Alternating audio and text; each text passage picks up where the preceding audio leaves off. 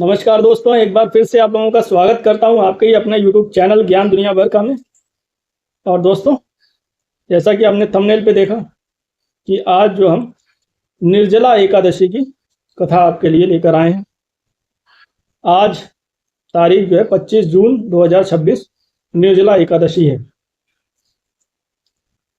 तो हम लोग कथा को अब प्रारंभ करेंगे। आप लोग ध्यानपूर्वक सुनिए और इसका क्या महत्व है ये सब आपको जानकारी मिल जाएगी आज। निर्जला एकादशी, इसको भीमसेनी एकादशी भी कहते हैं। युधिष्ठिर ने कहा, जनार्दन, ज्येष्ठ मास के शुक्ल पक्ष में जो एकादशी पड़ती हो, कृपया उसका वर्णन कीजिए। भगवान श्री कृष्ण बोले, राजन, इसका वर्णन परम धर्मात्मा सत्यवती नंदन व्यास जी करेंगे, क्योंकि ये संपूर्ण शास्त्रों के तत्वज्ञ और वेद वेदांगों के पारंगत विद्वान हैं। तब वेद व्यास जी कहने लगे, दोनों ही पक्षों की एकादशियों के दिन भोजन ना करें। द्वादशी के दिन स्नान आदि से पवित्र हो फूलों से भगवान केशव की पूजा करें। फिर नित्य कर्म समाप्त होने के पश्चात पहले ब्राह्मणों को भोजन देकर अंत में स्वयं भोजन करें। राजन, जनना शौच और मरना शौच में भी एकादशी को भोजन नहीं करना चाहिए। जनना शौच यानी जब किसी का जन्म होता है तो 15 दिन का वो जनना शौच होता है, और जब कोई मरता है तब लगभग 12 से 15 दिन का मरना शौच होता है। तो उसमें भी जो एकादशी पड़ती है उस दिन भी भोजन नहीं करना चाहिए, बिल्कुल भोजन नहीं करना चाहिए। यह सुनकर भीमसेन बोले, परम बुद्धिमान पितामह, मेरी उत्तम बात सुनिए। राजा युधिष्ठिर, माता कुंती, द्रौपदी, अर्जुन, नकुल और सहदेव ये एकादशी को कभी भोजन नहीं करते तथा मुझसे भी हमेशा यही कहते हैं कि भीमसेन, तुम भी एकादशी को न खाया करो। किंतु मैं उन लोगों से यही कहता हूं कि मुझसे भूख नहीं सही जाएगी। भीमसेन की बात सुनकर व्यास जी ने कहा, यदि तुम्हें स्वर्गलोक की प्राप्ति अभीष्ट है और नरक को दूषित समझते हो तो दोनों पक्षों की एकादशियों के दिन भोजन ना करना। भीमसेन बोले, महाबुद्धिमान पितामह, मैं आपके सामने सच्ची बात कहता हूं, एक बार भोजन करके भी मुझसे व्रत नहीं किया जा सकता, फिर उपवास करके तो मैं रह ही कैसे सकता हूं। मेरे उदर में व्रक नामक अग्नि सदा प्रज्वलित रहती है, अतः जब मैं बहुत अधिक खाता हूं तभी यह शांत होती है। इसलिए महामुने, मैं वर्ष भर में केवल एक ही उपवास कर सकता हूं, जिससे स्वर्ग की प्राप्ति सुलभ हो तथा जिसके करने से मैं कल्याण का भागी हो सकूं। ऐसा कोई एक व्रत निश्चय करके बताइए, मैं उसका यथोचित रूप से पालन करूंगा। व्यास जी ने कहा, भीम, ज्येष्ठ मास में सूर्य वृष राशि पर हो या मिथुन राशि पर शुक्ल पक्ष में जो एकादशी हो उसका यत्न पूर्वक निर्जल व्रत करो। केवल कुल्ला या आचमन करने के लिए मुख में जल डाल सकते हो, उसको छोड़कर किसी प्रकार का जल विद्वान पुरुष मुख में ना डाले, अन्यथा व्रत भंग हो जाता है। एकादशी को सूर्योदय से लेकर दूसरे दिन के सूर्योदय तक मनुष्य जल का त्याग करे तो यह व्रत पूर्ण होता है। तदनंतर द्वादशी को प्रभात काल में स्नान करके ब्राह्मणों को विधि पूर्वक जल और सुवर्ण का दान करे। इस प्रकार सब कार्य पूरा करके जितेंद्रिय पुरुष ब्राह्मणों के साथ भोजन करें। वर्ष भर में जितनी एकादशियां होती हैं उन सबका फल निर्जला एकादशी के सेवन से मनुष्य प्राप्त कर लेता है, इसमें तनिक भी संदेह नहीं है। शंख चक्र और गदा धारण करने वाले भगवान केशव ने मुझसे कहा था कि यदि मानव सबको छोड़कर एकमात्र मेरी शरण में आ जाए और एकादशी को निराहार रहे तो वह सब पापों से छूट जाता है। एकादशी व्रत करने वाले पुरुष के पास विशालकाय, विकराल आकृति और काले रंग वाले दंड पाशधारी भयंकर यमदूत नहीं जाते। अंतकाल में पीतांबरधारी सौम्य स्वभाव वाले, हाथ में सुदर्शन धारण करने वाले और मन के समान वेगशाली विष्णुदूत आखिर इस वैष्णव पुरुष को भगवान विष्णु के धाम में ले जाते हैं। अतः निर्जला एकादशी को पूर्ण यत्न करके उपवास और श्री हरि का पूजन करो। स्त्री हो या पुरुष, यदि उसने मेरु पर्वत के बराबर भी महान पाप किया हो तो वह सब इस एकादशी व्रत के प्रभाव से भस्म हो जाता है। जो मनुष्य उस दिन जल के नियम का पालन करता है वह पुण्य का भागी होता है। उसे एक एक प्रहर में कोटि कोटि स्वर्ण मुद्रा दान करने का फल प्राप्त होता सुना गया है। मनुष्य निर्जला एकादशी के दिन स्नान, दान, जप, होम आदि जो कुछ भी करता है वह सब अक्षय होता है। अक्षय यानी जिसका कभी क्षय ना हो, जिसका कभी नाश ना हो। यह भगवान श्री कृष्ण का कथन है। निर्जला एकादशी को विधि पूर्वक उत्तम रीत से उपवास करके मानव वैष्णव पद को प्राप्त कर लेता है। जो मनुष्य एकादशी के दिन अन्न खाता है वह पाप का भोजन करता है। इस लोक में वह चांडाल के समान है और मरने पर दुर्गति को प्राप्त होता है। जो ज्येष्ठ के शुक्ल पक्ष में एकादशी को उपवास करके दान करेंगे वे परम पद को प्राप्त होंगे। जिन्होंने एकादशी को उपवास किया है वे ब्रह्म हत्यारे, शराबी, चोर तथा गुरुद्रोही होने पर भी सब पातकों से मुक्त हो जाते हैं। कुंती नंदन, निर्जला एकादशी के दिन श्रद्धालु स्त्री पुरुषों के लिए जो विशेष दान और कर्तव्य विहित है उन्हें सुनो। उस दिन जल में शयन करने वाले भगवान विष्णु का पूजन और जलमयी धेनु का दान करना चाहिए अथवा प्रत्यक्ष धेनु या घृतमयी धेनु का दान उचित है। पर्याप्त दक्षिणा और भांति भांति के मिष्ठानों द्वारा यज्ञ पूर्वक ब्राह्मणों को संतुष्ट करना चाहिए। ऐसा करने से ब्राह्मण अवश्य संतुष्ट होते हैं और उनके संतुष्ट होने पर श्री हरि मोक्ष प्रदान करते हैं। जिन्होंने शम, दम और दान में प्रवृत्त हो श्री हरि की पूजा और रात्रि में जागरण करते हुए इस निर्जला एकादशी का व्रत किया है उन्होंने अपने साथ ही बीती हुई 100 पीढ़ियों को और आने वाली 100 पीढ़ियों को भगवान वासुदेव के परम धाम में पहुंचा दिया है। निर्जला एकादशी के दिन अन्न, वस्त्र, गौ, जल, शैया, सुंदर आसन, कमंडल तथा छाता दान करने चाहिए। जो श्रेष्ठ सुपात्र ब्राह्मण को जूता दान करता है वह सोने के विमान पर बैठकर स्वर्ग लोक में प्रतिष्ठित होता है। जो इस एकादशी की महिमा को भक्ति पूर्वक सुनता अथवा उसका वर्णन करता है वह स्वर्ग लोक में जाता है। चतुर्दशी युक्त अमावस्या को सूर्य ग्रहण के समय श्राद्ध करके मनुष्य जिस फल को प्राप्त करता है वही फल इसके श्रवण से भी प्राप्त होता है। पहले दंत धावन करके यह नियम लेना चाहिए कि मैं भगवान केशव की प्रसन्नता के लिए एकादशी को निराहार रहकर आचमन के सिवा दूसरे जल का भी त्याग करूंगा। द्वादशी को देवेश्वर भगवान विष्णु का पूजन करना चाहिए। गंध, धूप, पुष्प और सुंदर वस्त्र से विधि पूर्वक पूजन करके जल के घड़े के दान का संकल्प करते हुए निम्नांकित मंत्र का उच्चारण करें। देव देव ऋषिकेश संसाराणवतारकम उदकुंभ प्रदानेन नयमाम परमाम गतिम। संसार सागर से तारने वाले हे देव देव ऋषिकेश, इस जल के घड़े का दान करने से आप मुझे परम गति को प्राप्त कराइए। ये श्लोक जो है पद्म पुराण से लिया गया है। भीमसेन, ज्येष्ठ मास में शुक्ल पक्ष की जो शुभ एकादशी होती है उसका निर्जल व्रत करना चाहिए। उस दिन श्रेष्ठ ब्राह्मणों को शक्कर के साथ जल के घड़े दान करने चाहिए।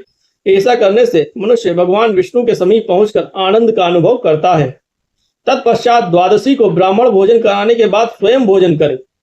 जो इस प्रकार पूर्ण रूप से पापनाशिनी एकादशी का व्रत करता है वह सब पापों से छूट जाता है और अनामय पद को प्राप्त होता है।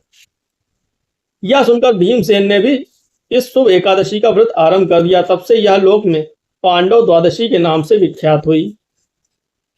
तो इसी के साथ जो है निर्जला एकादशी के उपवास की यह कथा संपन्न हुई। और अभी आप लोग सोच रहे होंगे कि यार ये आदमी जो निर्जला एकादशी के लिए बोल रहा है तो ये आदमी निर्जला एकादशी रहता है कि नहीं रहता है।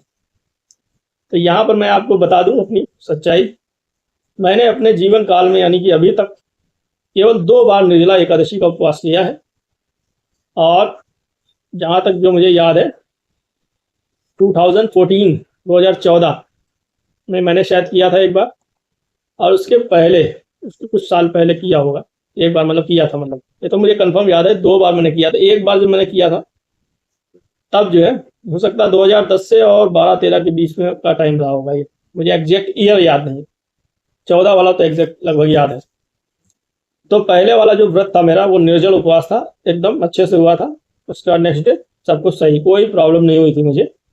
और दूसरा वाला जो निर्जल उपवास हुआ था उसमें मुझे हो गई थी प्रॉब्लम क्या, पानी की कमी वाली ही प्रॉब्लम थी, जो नीचे मेरे पेड़ों में दर्द होने लगा था। तो फिर दवाई भी मैंने लिया, लेकिन उसने बताया दवाई का कोई रोल वहाँ था नहीं।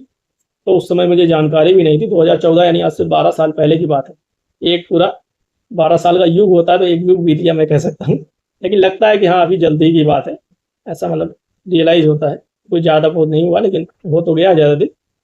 तो उसने पानी ज़्यादा पीने की सलाह दी और दवाई दी। तो दवाई का रोल तो उस समय कुछ था ही नहीं, जो अभी समझ में आया, अभी पता है पानी की कमी से ही वो प्रॉब्लम मुझे हुई थी।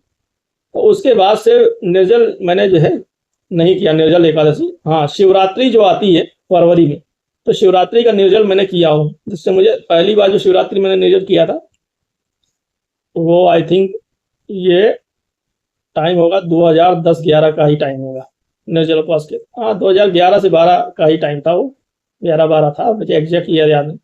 तब मुझे प्रॉब्लम थी, थोड़ा सा बीमारी थी, पेशाब बार बार आता था, हर 5-10 मिनट में पेशाब आता था और बहुत ज़्यादा पेशाब आता था।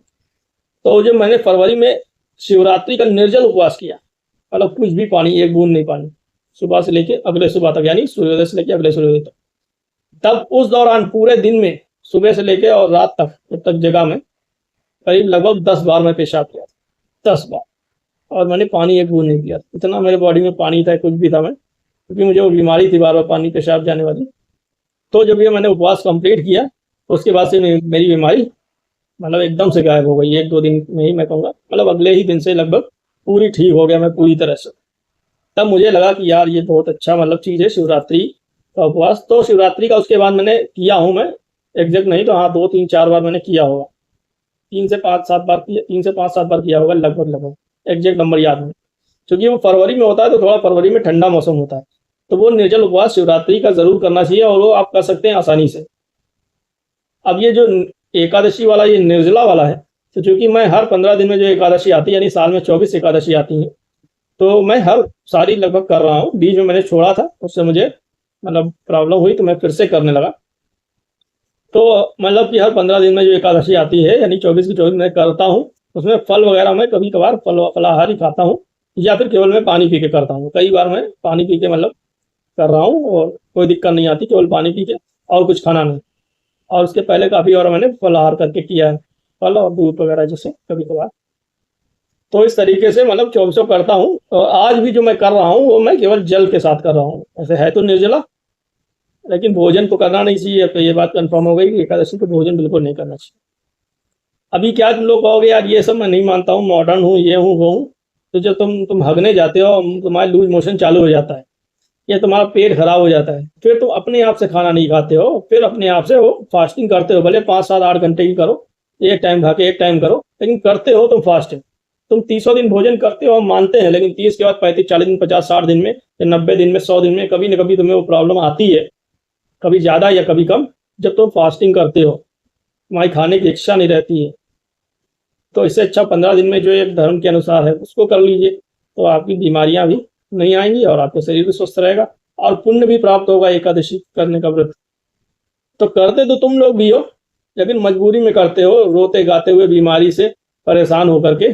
शरीर जब तुम्हारा पेट बोल देता है, जवाब नहीं देने लगता है, तब तुम लोग फास्टिंग करते हो, और मैं धर्म के अनुसार करता हूँ एकादशी। बस ये अंतर है।